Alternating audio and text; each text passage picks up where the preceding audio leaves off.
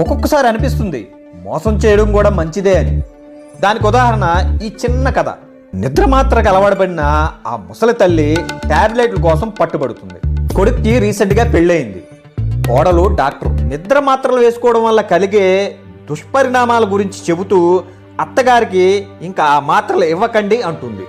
అత్తగారికి కోడల మీద కోపం వచ్చి ఎలాగైనా నిద్ర మాత్రలు వేసుకోవాలని కొడుకును పిలిచింది. కొడుకు వెంటనే వచ్చి అమ్మ నోరు తెరు అన్నాడు. తల్లి నోరు తెరవగానే జేబులోంచి మెడిసిన్ షీట్ తీసి చిన్న పసుపు మాత్రను తల్లి నోట్లో పెట్టి ఆమెకు నీళ్ళు తాగిచ్చాడు. మాత్ర వేసుకోగానే అమ్మ నా కొడుకు బంగారం అని దీవిస్తూ నిద్రలోకి జారుకుంది.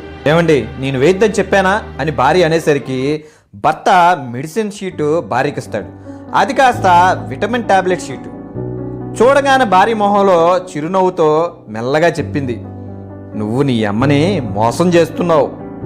భర్త బిగ్గరగా నవ్వుతూ ఇలా అన్నాడు, నా చిన్నతనంలో మా అమ్మ కూడా నన్ను ఇలాగే మోసం చేసి ఎన్నో తినిపించింది. ఇప్పుడు నేను అదే చేశా, ఆ అమ్మ కొడుకునేగా. అలా భార్యాభర్తలిద్దరూ నవ్వుకుంటారు.